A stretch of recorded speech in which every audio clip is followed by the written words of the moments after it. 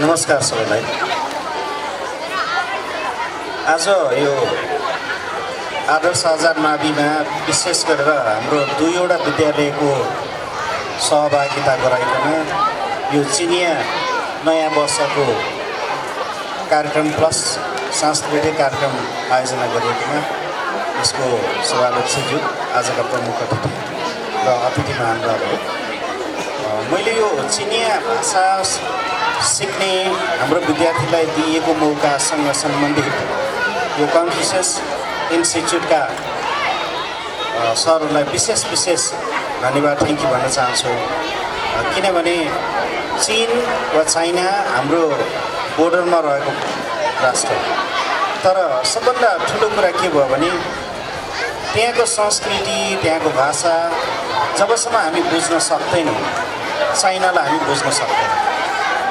त्यही भएर सुरुवात भएको छ आदर्श आजादबाट 2024मा र बल्ल हामीले 2026 पुग्न पुग्दाखेरि भर्खरै 4 महिना अगाडि हाम्रो कक्षा 6, 7, 8, 9, 10, 11, 12का स्टुडेन्टहरू अलमोस्ट 20 स्टुडेन्टले चाइनिज भाषा सिक्ने मौका पाउनु भएको छ। त्यसको लागि हाम्रो सरलाई थ्याङ्क यू भन्न चाहन्छु। त्यसैले अब चाइना चाहिँ अहिले एकदमै राइजिङ कन्ट्री नेसनको रूपमा रहेको छ। तपाईहरुले समाचारहरू सुन्नुभएको होला, चाइनाको इकोनोमी के हो, यहाँको संस्कृति के हो, यहाँको डेभलपमेन्ट के हो। हामी एउटा सानो राष्ट्र, चाइना अलि ठुलो राष्ट्र र हामी सँगै रहेको राष्ट्र भएको नाताले सम्भवतः हामी विद्यार्थीहरू तपाईहरुले चाइनिज भाषा राम्रोसँग सिक्नुभयो, त्यहाँको संस्कार राम्रो बुझ्नुभयो। भर्खरै हामी यहाँ चाइनिज सरसँग कुरा गरेँ, यो लेभल अलिकति बढी सिक्न पाउनुभयो भने धेरै बेनिफिट पाउँछौँ भन्नुभयो। तर बेनिफिट पाउने नपाउने आफ्नो ठाउँमा पहिलो कुरो चाइनिज ल्याङ्ग्वेज सिक्नु पऱ्यो। चाइना पाइला टेक्नोलाई नभएका त्यहाँका नागरिकहरूसँग हामी कुराकानी गर्न सक्दैनौँ। अब अन्तर्राष्ट्रिय ल्याङ्ग्वेजको रूपमा हामी इङ्ग्लिस सिकिरहेका छौँ भने यही क्रममा गएर चाइनिज ल्याङ्ग्वेजको लागि पनि हाम्रो अर्को भाषाको रूपमा डेभलप गर्नुपर्ने देखिन्छ। त्यसकारण अब हाम्रो यहाँ चाइनिज शिक्षक साथीहरू जसले विद्यार्थी निकेतनमा पनि 20 विद्यार्थीहरूलाई चाइनिज ल्याङ्ग्वेज सिकाउन सुरुवात गर्नुभएको छ। भर्खरै सुरु भएको भएर विद्यालयले त्यति राम्रो व्यवस्थित गर्न सकिएको छ। तर हाम्रो इच्छा छ यसलाई अलिकति राम्रोसँग व्यवस्थित गरेर अर्को वर्षबाट सुरु गर्छौँ, नयाँ शैक्षिक सत्रबाट सुरु गर्छौँ। त्यति मात्र नभइकन हामीले एउटा प्लानिङ गरिरहेका छौँ।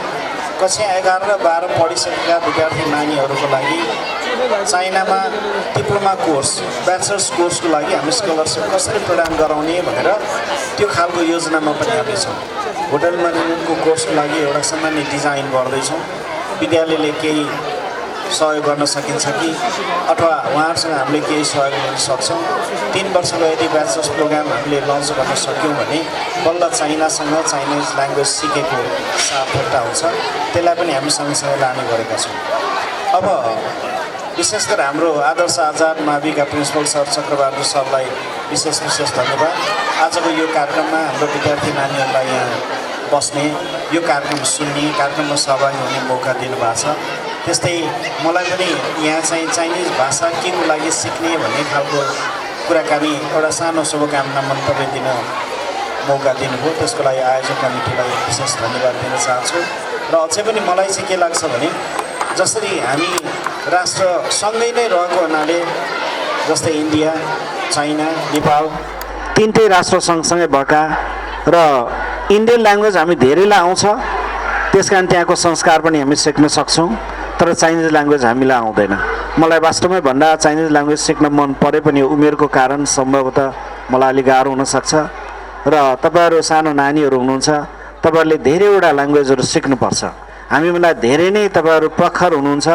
तपाईँहरू अहिले एआईको जमानामा भएको कारणले चाइनिज ल्याङ्ग्वेज सँगसँगै त्यहाँका संस्कारहरू अहिले त सोसल मिडियामा पनि सिक्न पाउँछ, हेर्न पाउँछ। म कहिलेकाहीँ युट्युबमा 1-2वटा भिडियो हेर्छु। मलाई कहाँ कस्तो लाग्छ भने तिब्बतमा नेपाली धेरै रहेछ। त्यो त चाइनाको एउटा भूभाग हो नि, अहिले होइन।